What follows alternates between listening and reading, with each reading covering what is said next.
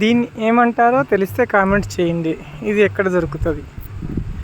అయితే దీన్ని మా ఊరి వాగులల్లో రెగ్యులర్గా చూస్తుంటాము. వాగులల్లో వంకలల్లో మనకు రెగ్యులర్గా దొరుకుతుంది, ఇంకా బయట ఎక్కడ దొరకదు.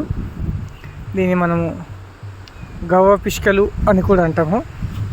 అయితే దీన్ని ఏం చేస్తారంటే వెనకటికి కుండలలో పాలు కాగబెట్టి తోడేసిన తర్వాత ఆ అటికెల అడుగున వెన్న వేరుకునేది.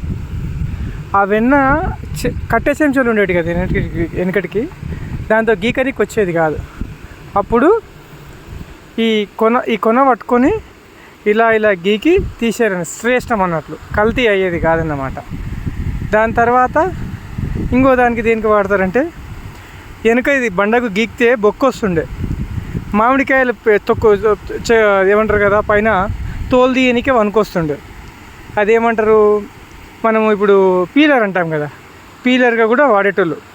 ఎంతమంది దీన్ని పీలర్గా వాడిర్రు, ఎంతమంది దీంతో గురిగిలో ఉన్న వెన్న తీయడానికి వాడుతుంటే చూసిర్రు, కామెంట్ చేయండి ఫ్రెండ్స్.